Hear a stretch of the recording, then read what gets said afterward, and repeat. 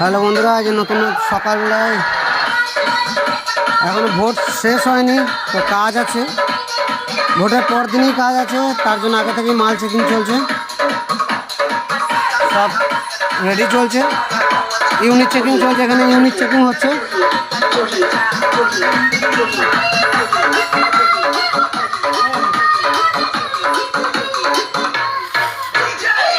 যেভাবে চেকিং করতে বলেছিলাম সেইভাবেই ইউনিট চেকিং হবে, বুঝতেই পারছো। এদিকে ইউনিট চেকিং চলছে, এগুলো সব চেকিং হবে। এই করে তার মধ্যে ডিস্টার্ব আছে, খারাপ হয়ে গেছে, কেটে গেছে, তো ওরা রেডি করতে হবে। আর এগুলো সব রেডি আছে, সব সব ইউনিট প্যাকিং চলছে। তো আবার নতুন মাইক আসবে 48 পিস কদিনের মধ্যেই। এখন ভোটের কাজ